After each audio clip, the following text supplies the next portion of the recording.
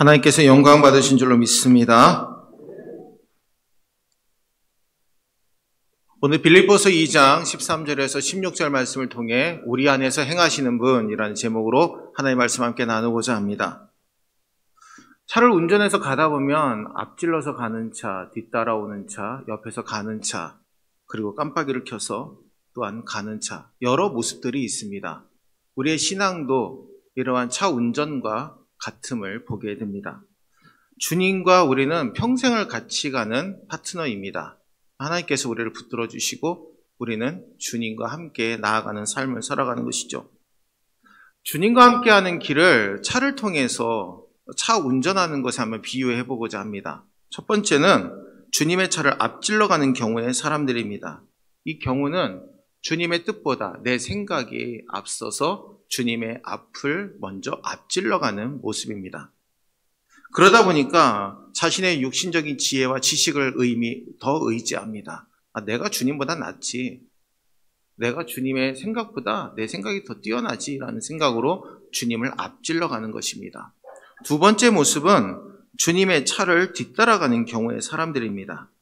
주님의 뜻을 따르기 위해서 기다리다가 몇 번을 주저하면서 겨우 따라가는 모습입니다. 그리고 바로 순종하지 않을 때가 많기 때문에 늘 출발이 주님보다 늦고 함께하지 못합니다. 세 번째는 주님의 차에 앞뒤에 가고 있는 사람들을 따라가는 경우의 사람들입니다. 저 사람이 나보다 낫지, 나보다 믿음 낫지. 우리의 영적 분별력보다 다른 사람의 영적 분별력을 더 따르는 사람들입니다. 마지막으로 아예 주님의 차에 타고 함께 가는 사람입니다. 저는 이 모습을 보면서 에녹을 떠올려 보았습니다. 에녹은 주님이 운전하시는 차에 함께 타고 나아갔다라는 것이죠. 주님이 가다 멈추면 같이 멈추고 주님이 가면 함께 나아가는 모습을 가졌기 때문입니다. 성도 여러분들은 지금 어떤 모습의 차를 타고 계십니까? 오늘 이 시간 주님의 차에 함께 타서 주님이 나아갈 때 같이 가고 주님이 멈추면 함께 멈추시는 저와 여러분들 되시기를 주의 이름으로 축원합니다. 오늘 본문 13절 말씀 우리 함께 읽겠습니다. 너희 안에서 행하시는 이는 하나님이시니 자기의 기쁘신 뜻을 위하여 너희에게 소원을 두고 행하게 하시나니. 아멘. 그럼 12절에 보니까 그러므로 나의 사랑하는 자들아 너희가 나 있을 때뿐만 아니라 더욱 지금 나 없을 때에도 항상 복종하여 두렵고 떨림으로 너희 구원을 이루라. 아멘. 여러분, 예수님이 계시나 안 계시나 항상 주님을 두렵고 떨림으로 항상 복종해서 주님을 따르고 우리에게 주어진 구원의 삶을 온전히 살아가라고 주님은 우리에게 말씀하고 계십니다. 근데 우리가 구원받았다고 해서 우리의 힘으로 살아갈 수 있는 것이 아닙니다. 하나님께서 우리의 삶을 인도해 주셔야 됩니다. 그리고 또한 우리는 성화의 삶을 꼭 살아가야 됩니다. 성화라는 것은 계단을 걸어서 올라가는 것을 의미합니다. 갓난 아기가 어려서부터 잘 걷지 못합니다. 엎드려서 있다가 한순간은 뒤집기를 하고 그리고 기어가는 것을 하고 일어나서 벽을 짚고 한두 발 뛰게 되고 그리고 그 벽을 놓고 걸을 수 있게 되고 뛸 수 있게 되는 겁니다. 여러분, 우리 안에 계신 하나님께서도 지금 우리에게 그렇게 성숙과 성장을 원하고 계신다라는 것이죠. 우리의 힘으로 하는 것이 아니라 누구의 힘으로 합니까? 하나님의 힘으로 하는 것임을 항상 믿으시기를 바랍니다. 오늘 13절에 우리 안에서 우리와 함께하고 계시는 분이 바로 우리의 하나님이시다라고 분명하게 말씀합니다. 즉 이제 우리가 해야 될 일은 하나님의 소리에, 성령님의 소리에, 주님의 소리에 귀를 기울여야 된다라는 겁니다. 그리고 우리에게 하나님의 일에 대한 소원을 갖고 소망을 이루면서 사는 것이 필요함을 말씀하고 있습니다. 그러면 하나님의 소원과 일반적인 우리들의 소원의 차이점이 무엇일까요? 하나님의 소원은 영원한 것에 가치를 두십니다. 그리고 우리의 성숙과 성장에 가치를 두십니다. 그리고 또한 우리가 날마다 주님의 뜻 가운데 주님과의 관계가 더 명확해지고 더 돈독해지는데 하나님의 소원이 있다라는 겁니다. 근데 대부분의 사람들은 어떻습니까? 반대로 썩어질 것에 가치를 두고 살죠. 이 세상에 썩어질 것에, 영원하지 못한 것에 가치를 두고 거기에 소원을 둡니다. 여러분, 우리의 소원이 대부분 무엇입니까? 우리 가정이 잘 되고, 자녀들이 잘 되고, 가족들이 행복하고, 내가 하는 일이 잘 되는 것. 대부분 다 육신적인 일들이죠. 그러니까 하나님의 소원과 우리의 소원은 다르다라는 겁니다. 그러면 우리가 우리 안에서 하나님이 우리를 어떻게 사용하실까라는 것을 우리는 발견할 수 있어야 됩니다. 13절에서 하나님은 우리에게 소원을 두고 행하게 하신다라고 말씀합니다. 소원을 두고 행한다라는 말씀의 원어는 텔로라는 말을 씁니다. 즉 마음이 내키게 하다라는 겁니다. 여러분, 우리가 어떤 일을 할 때 마음이 내키는 일이 있고 내키지 않는 일이 있습니다. 마음이 내키면 기쁨으로 감당하게 되죠. 근데 여러분, 교회에서 봉사하는 것도 마음이 내켜야지 기쁨으로 감당하게 됩니다. 억지로 하면요, 그건 마음에 부담감이 있고 불편함만 가득합니다. 근데 하나님께서 우리에게 일을 시키실 때 억지로 시키실 때도 있지만 대부분의 경우는 우리에게 그 일을 할 수 있는 의욕과 마음을 불러 일으키게 하시고 그 일을 하게 하신다라는 겁니다.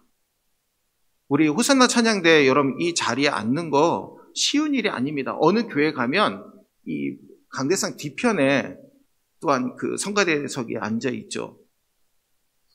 저도 성가대에서 서 봤지만 그 성가대에 계신 분들이 정말 되게 위대하다라는 생각이 들더라고요. 테너, 베이스, 알토, 소프라노 그 음을 낸다라는 자체가 참 쉬운 일이 아니죠. 일주일 동안 그 찬송곡을 기억하고 연습하고 기도하면서 준비를 해야만 하나님 앞에 올려드릴 수가 있습니다. 그게 바로 주님이 오늘 우리에게 요구하시는 것이죠. 내가 성가대로, 그리고 또한 내가 장로님으로, 권사님으로, 집사님으로, 성도님들로 하나님이 불러주셨다는 거. 남성교회로, 여성교회로, 청장년으로, 그리고 아동부로, 유치부로, 중고등부로, 청년부로 하나님이 불러주신 이유가 있다라는 겁니다. 이 일을 하기 전에 먼저 그 일을 하고 싶은 마음의 의욕과 그리고 기쁨을 우리에게 주신다라는 겁니다. 그래서 우리는 소원을 두고 행하시는 하나님의 인도하심에 민감하게 반응해야 된다라는 겁니다. 그래서 우리가 기도하지 아니하고 말씀을 묵상하지 아니하면 우리는 영적 감각이 무뎌질 수밖에 없습니다. 주님이 우리를 부르시는 소리가 항상 들려지는 삶을 살아야 된다라는 겁니다. 제가 목양실에 있으면 밖에 소리가 다 들립니다. 학생들이 지나가면서 이야기하는 소리까지 다 들립니다. 그리고 차 소리도 들립니다. 저희 귀는 언제나 민감하게 열려 있습니다. 항상 소리가 들리면 거기에 대해서 반응을 합니다. 마찬가지입니다. 여러분, 우리도 신앙생활하면서 하나님이 우리를 부르실 때 우리의 영의 귀를 활짝 열고 주님의 음성에 귀 기울이시는, 그리고 그 소리에 응답하시는 저와 여러분들 되시기를 주의 이름으로 축원합니다. 또한 두 번째로 하나님께서 우리를 사용하실 때 하나님의 기쁘신 뜻을 이루시기 위해 우리에게 일을 맡겨주신다라는 겁니다. 기쁘신 뜻으로라는 말씀의 원어는 유도키아라는 말을 씁니다. 찬성하고 호의롭게 의도를 갖고 그 일을 감당하는 것을 의미합니다. 히브리어로 라촌이라는 말을 쓰는데 즐거움, 만족이라는 것이죠. 여러분, 우리가 하나님의 일을 할 때 기쁨으로 감당하는 것이 필요한 줄로 믿습니다. 이 일을 할 때 하나님이 내게 맡겨주신 일 감사함으로 기쁨으로 이루는 삶이 주님의 영광이라는 것입니다. 우리가 하나님께 영광을 돌려야 되는 것이 인생의 최고 목적이라고 얘기합니다. 근데 여러분, 하나님께 영광 돌리는 것은 하나님께도 기쁨이 되는 것이지만 동시에 우리가 행복해지는 길이라는 겁니다. 우리가 하나님께 영광을 돌리면요, 하나님께서 우리에게 행복함을 선물로 주십니다. 이게 하나님께 영광 돌리는 본질적인 의미입니다. 우리는 하나님께 영광 돌립니다. 하나님께 영광 돌립니다. 그러면 나는 뭐? 이런 질문을 할 때가 많이 있죠. 물론 하나님 앞에 영광 돌리는 게 우리가 영광 받는다는 것이 아닙니다. 순서가 하나님께 영광을 돌리면 우리에게 하나님이 행복함을 선물로 주신다라는 것이죠. 우리 안에 하나님을 소유하고 그리고 하나님을 품고 살아가면 그 어떤 순간에서도 기쁨으로 주님 앞에 영광을 돌릴 수 있게 된다라는 겁니다. 미국에 처음으로 이제 신대륙을 발견한 그 청교도들이 이제 그곳에 입성했을 때 교회를 세우고 하나님 앞에 영광을 돌렸습니다. 핍박을 피해서 그 미국이라는 나라에 들어가서 터전을 잡고 거기에서 신앙생활을 하게 되죠. 모든 소원의 초점은 하나님께 맞춰져 있었습니다. 이곳까지 인도하신 분도 하나님이시고 우리를 여기까지 함께 하신 분도 하나님이시다라는 겁니다.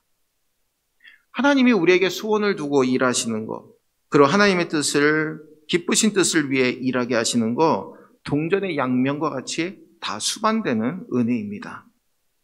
오늘 이 시간 우리 안에서 함께 행하시는 하나님을 발견하시는 우리 모두가 되시기를 주의 이름으로 축원합니다. 그러면 하나님은 우리에게 어떠한 행하심을 허락하십니까? 첫 번째로 모든 일에 원망과 시비가 없이 우리에게 행하시는 분이 하나님이시다라는 겁니다. 14절 말씀 우리 함께 읽겠습니다. 모든 일을 원망과 시비가 없이 하라. 아멘. 원망이라는 말은 공기스모스라고 하는 말을 씁니다. 즉 이스라엘 백성들이 하나님의 은혜로 출애굽하게 되었습니다. 그런데 광야에서 하나님을 찬양한 것이 아니라 불평과 불만을 늘어놓았죠. 입만 열면 불평과 불만이 가득했습니다. 그 가운데 민수기 16장에 보면 고라 자손들이 나오죠. 고라 자손들이 하루는 모임을 만듭니다. 150명이나 모여서 당을 짓습니다. 그리고 모세와 아론에게 대항을 합니다. 이런 말을 합니다. 야, 너희가 분수에 지나쳐 모든 사람이 다 거룩하고 하나님이 함께 하시는데 어찌 너희들만 백성들 위해서 스스로 높이냐? 왜 너희들이 지도자가 되었느냐라고 그들을 막 공격을 합니다. 이것은 하나님에 대한 도전이죠. 그럼 모세가 스스로 지도자가 된 거 아닙니다. 아론이 스스로 제사장 된 거 아닙니다. 하나님이 모세를 이스라엘 백성들의 지도자로 세워주셨고 하나님이 보내주신 것이죠. 제사장 아론도 하나님께서 그를 제사장으로 삼아주신 데 목적이 있는 겁니다. 근데 모세가 이렇게 얘기를 하죠.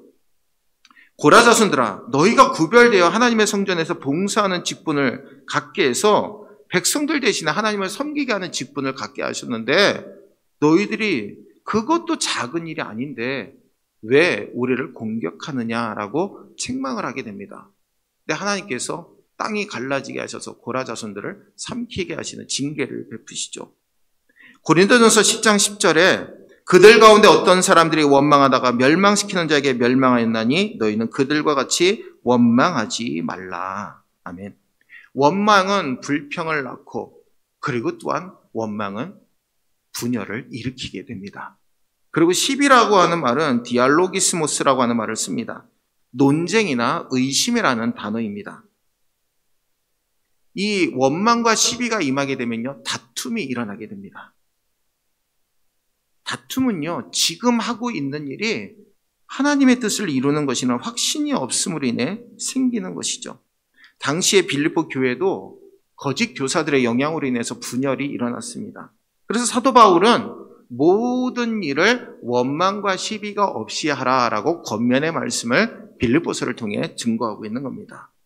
성도 여러분, 하나님의 일을 하고 있는 우리들에게도 원망과 시비가 있을 수 있습니다. 근데 우리는 반대로 생각해야 됩니다. 원망과 시비가 없이 하라라는 것은 감사함과 믿음의 확신으로 하라는 말로 대체할 수 있습니다. 원망과 시비가 없이 일을 하는 사람은 감사가 넘쳐나는 사람이라는 것이죠. 원망과 시비가 있는 사람은 우리의 욕심으로 일하기 때문에 일어나는 모습입니다. 그래서 우리는 성숙함을 가져야 되는 것이죠. 성숙이란 하루아침에 일어나지 않습니다. 우리가 처해진 모든 환경은 우리를 좀 더 성숙함으로 이끄는 기회가 되고 하나님이 우리에게 선물로 주셨음을 깨달았을 때 성숙의 단계가 시작되는 겁니다. 여러분, 유대인들이 즐겨 읽는 탈무드에 이런 말이 있습니다. 지혜로운 사람은 어떤 환경에서도 배우는 자세로 서는 사람입니다. 가장 강한 사람은 자기와의 싸움에서 승리하는 사람입니다. 그러나 가장 행복한 사람은 주어진 삶의 그 모습 속에서 감사하는 사람입니다. 성도 여러분, 원망과 시비를 다 뒤로 하시고 감사와 믿음의 확신으로 하나님의 일을 기쁨으로 감당하시는 우리 모두가 되시기를 바랍니다. 여러분, 감사하는 사람과 불평하는 사람이라는 예화가 있습니다. 한번 들어보시기를 바랍니다. 두 사람이 죽어서 하나님 나라에 가게 되었습니다. 한 사람은 항상 감사하고 부지런히 겸손하게 일하는 사람이었습니다. 근데 또 한 사람은 자신의 환경에 보면서도 날마다 불평과 원망이 가득한 사람이었습니다. 근데 하나님께서 그 두 사람을 하나님 나라로 부르셨습니다. 근데 가보니까 이 부지런하고 하나님을 잘 섬기는 사람은 그 천국의 모습을 보고 너무나 감탄하게 되었습니다. 그래서 하나님 앞에 이렇게 고백했습니다. 하나님, 제가 지금까지 살아온 모든 삶의 모습들이 전적인 하나님의 은혜였습니다. 감사합니다. 고백했습니다. 근데 불평하기를 좋아하는 사람은 이렇게 고백합니다. 하나님, 왜 내게 이렇게 불공평하게 하셔서 난 단 한 번도 행복한 순간이 없었습니다. 왜 나를 이렇게 힘들게 살게 하셨습니까? 하나님 앞에서도 불평을 늘어놓았습니다. 내가 살던 집도 너무나 좁았고요. 가진 게 없다 보니까 마음껏 쓰지 못했고요. 자식들도 다 속썩이고요. 난 너무나 힘든 삶을 살았습니다. 그 불평을 하는데 하나님께서 그 두 사람에게 똑같이 거처할 수 있는 땅을 허락하셨습니다. 근데 이 부지런하고 하나님을 잘 섬기는 사람은 그 자신에게 주어진 땅을 보니까 너무나 아름다운 땅이에요. 그곳에 자신이 살 집을 만들고 열심히 개간을 하고 하나님 앞에 감사하면서 그 일을 감당하게 되었습니다. 근데 불평하는 사람은 그 땅을 보면서 야, 아름답다라고 생각했는데 이렇게 불평하는 겁니다. 하나님, 내가 땅에서 살 때, 이 세상에 살 때도 내게 주어진 게 별로 없었는데 하나님, 땅만 주면 뭐합니까? 집도 주시고 차도 주고 내가 여기에서 평화롭게 아주 즐겁게 잘 살 수 있도록 다 모든 걸 주셔야 되는데 내게 왜 아무것도 안 주십니까? 불평만 늘어놓다가 그래도 살아야 되니까 자기 혼자서 불평하면서 집을 짓고 일을 하기 시작했습니다. 근데 부지런하게 일을 한 사람의 집에는 항상 빛이 가득했습니다. 그리고 그 땅에는 온갖 좋은 것들이 다 자라났습니다. 근데 불평하는 사람의 집에는 오물과 쓰레기가 가득했고 어두컴컴했고 벌레가 이리저리 기어다녔습니다. 심는 것마다 열매 맺는 것이 전혀 없었다라는 겁니다. 하나님께서 그 두 사람을 보시면서 이렇게 말씀합니다. 내가 너 두 명에게 똑같은 조건을 주었다. 똑같은 땅을 주었고 똑같은 환경을 주었는데 한 사람은 그 조건으로 천국을 건설했고 너는 지옥을 만들었구나. 여러분, 근데 이 불만 가득한 사람이 하나님께 따져 물었습니다. 하나님, 천국은 가만히 있어도 그냥 편안하게 지내는 곳이지 내가 이렇게 힘들게 일하려고 천국 온 거 아닙니다 라고 막 불평했습니다. 하나님께서 이렇게 말씀하죠. 천국을 오해하지 마라. 심는 대로 거둔다라는 진리는 땅의 논리뿐만 아니라 애초 천국의 논리였다라는 것이죠. 천국의 논리로 살면 지옥에서도 천국을 건설하여 살게 되지만 그렇지 않은 사람에게 천국을 내주면 지옥으로 만들고 말 것이다 라는 겁니다. 그러니 너는 그와 같은 자이니까 천국의 땅 한 평조차 너에게 주지 않을 것이다. 너는 지옥에 가서 영원한 형벌을 받으며 살으라고 주님이 지옥으로 내쫓았다라는 겁니다. 사랑하는 우리 성도 여러분, 원망과 불평, 시비를 일으키는 사람이 되기를 원하십니까? 아니면 감사와 믿음의 확신으로 살기를 원하십니까? 오늘 이 시간 우리 가운데 모든 일 가운데 원망과 시비가 없이 행하시는 감사와 믿음의 확신으로 우리에게 주시는 은혜를 체험하며 살아가시는 우리 모두가 되시기를 주의 이름으로 축원합니다. 오늘 또한 두 번째로 하나님은 우리가 흠없고 순전하도록 우리 안에서 행하시는 분이십니다. 15절 말씀 우리 함께 읽겠습니다. 이는 너희가 흠이 없고 순전하여 어그러지고 거스르는 세대 가운데서 하나님의 흠없는 자녀로 세상에서 그들 가운데 빛들로 나타내며. 아멘. 구약 시대에는 제물을 드릴 때 점이 없고 흠없는 제물을 드렸습니다. 하나님 앞에 그렇게 드려야만 모든 죄를 사함받을 수 있었기 때문입니다. 여러분, 하나님의 흠없는 자녀라는 것은 하나님의 은혜로 바뀌어지는 모습의 소유자를 의미합니다. 빛이라고 하는 단어는 포스테르라고 하는 말을 씁니다. 마태복음 5장 16절에 보니까 이같이 너희 빛을 사람에게 비치게 하여 그들로 너희 착한 행실을 보고 하늘에 계신 너희 아버지께 영광을 돌리게 하라. 아멘. 그들 가운데 빛들로 나타내며 너희 빛을 사람에게 비치게 하여 라고 말씀합니다. 근데 여러분, 이 빛이라고 하는 단어는 발광체라고 하는 뜻을 가지고 있습니다. 발광체는 무엇인가 빛을 낼 수 있는 근원적인 동력이 있어야 되는 거죠. 우리가 이 세상의 빛으로 살아갈 수 있는 것은 주님의 빛을 비추는 역할, 바로 주님의 빛을 비추는 반사판으로 살아가기 때문에 우리가 빛을 드러낼 수 있는 겁니다. 근데 그러면 우리가 빛을 나타내기 위해 어떻게 살아야 됩니까? 먼저 흠이 없는 삶을 살아야 됩니다. 책망할 것이 없는 모습이 흠없는 삶입니다.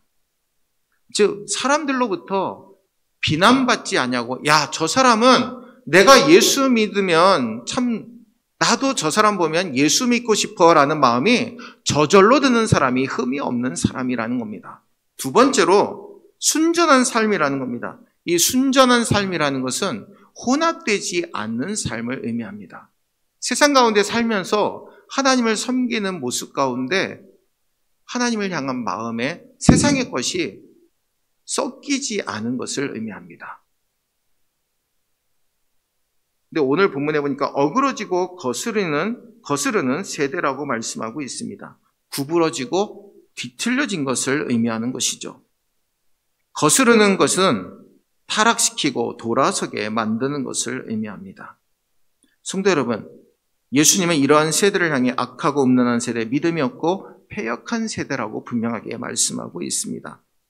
성도 여러분, 연어가 거친 물줄기를 헤치고 자신의 고향으로 돌아가는 것처럼 우리도 이 세대를 거슬러 올라 주님의 영광의 빛을 비추시는 우리 모두가 되시기를 주의 이름으로 축원합니다. 여러분, 로마서 12장 2절에 너희는 이 세대를 본받지 말고 오직 믿음으로써 새롭게 함으로 변화를 받아 하나님의 선하시고 기뻐하시고 온전하신 뜻이 무엇인지 분별하도록 하라. 요한일서 2장 15절에 이 세상이나 세상에 있는 것들을 사랑하지 말라. 누구든지 세상을 사랑하면 아버지의 사랑이 그 속에 있지 아니하니. 아멘. 사랑하는 우리 성도들, 우리 모두 다 흠없고 순전한 믿음으로 우리를 행하게 하시는 하나님의 은혜 가운데 거하시는 우리 모두가 되시기를 주의 이름으로 축원합니다. 마지막으로 우리 함께 따라할까요? 하나님은 생명의 말씀을 밝히도록 우리 안에서 행하십니다.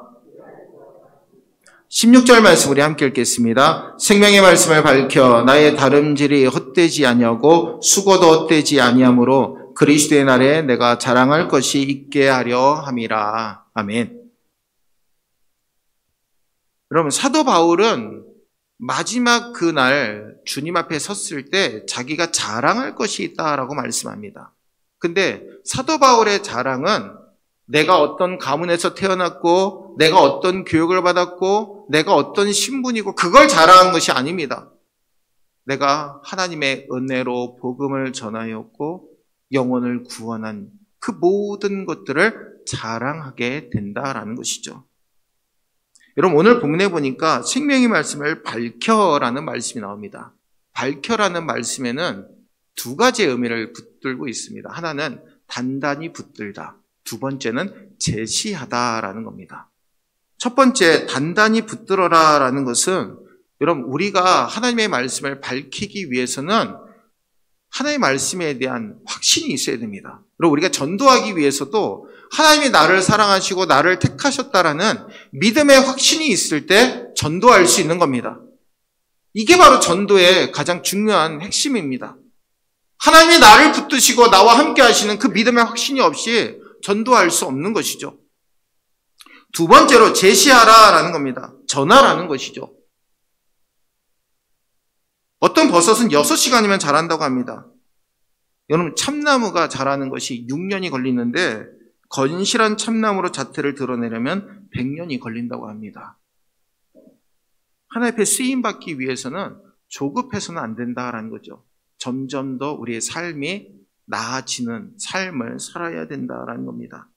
그러면 오늘 우리가 어떤 모습의 소유자가 되어야 됩니까? 생명의 말씀을 밝혀 우리의 다름질이 헛되지 말아야 된다라는 겁니다.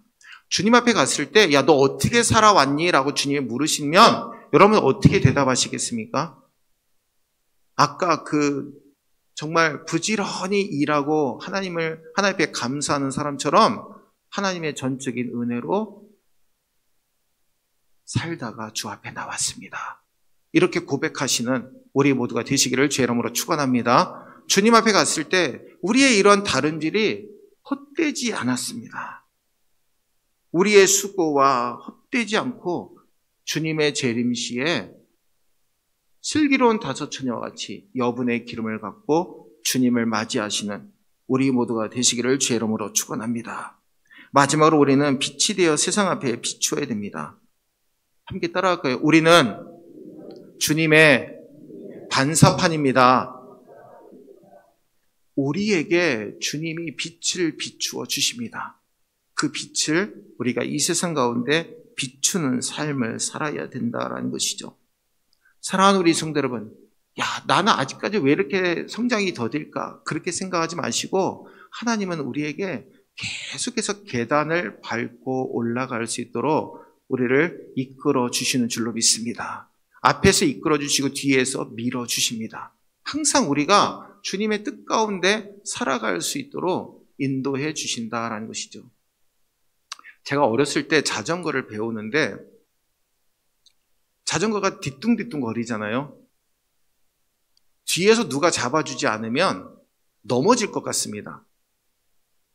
제가 어렸을 때 저희 아버지가 저를 붙잡아줬던 기억이 나는데 제가 이렇게 외쳤던 기억이 납니다. 아빠, 절대 놓지 마요! 절대 놓지 마! 라고 소리쳤던 기억이 납니다. 근데 나중에 알고 보니까 손을 놓고 함께 뒤따라오고 계시더라고요. 저희 아이한테 자전거를 가르쳐 줄 때도 그렇게 했습니다. 아빠, 절대 놓으면 안 돼. 절대 놓으면 안 돼. 근데 어느 순간 넘어질 때 빨리 따라가서 잡아줄 준비를 하는 게 부모의 마음인 줄로 믿습니다. 여러분, 우리 주님도요, 우리가 성장해 나갈 때 뒤뚱뒤뚱 거리면서 넘어질 때도 있으면 우리 주님은 아십니다. 근데 그 가운데 우리가 다시 일어설 수 있도록 은혜를 베푸신다는 사실을 항상 기억하시고 날마다 주님의 뜻 가운데 살아가시는 우리 모두가 되시기를 바랍니다. 여러분, 우리 모두 다 영원한 것에 소원을 둡시다. 이 세상에 썩어질 것에 소원 두시는 게 아니라 하나님의 영원한 영생과 천국의 소원을 두고 살아가시는 우리 모두가 되시기를 바랍니다. 그리고 모든 일을 원망과 시비가 없이 하시고 감사와 믿음의 확신으로 일을 감당하시기를 바랍니다. 그리고 또한 우리 안에 주님이 생명의 말씀을 단단히 붙들고 전하게 하심으로 이 세상에 주님의 빛을 비추도록 은혜를 더하여 주실 줄로 믿습니다. 흠없고 순전한 믿음으로 세상에 혼합되지 아니하고 섞이지 않고 주님의 그 순전한 믿음의 성도들로, 우리 순전한 믿음의 그리스도인들로 주 앞에 쓰임받는 우리 모두가 되시기를 주의 이름으로 축원합니다. 기도하겠습니다.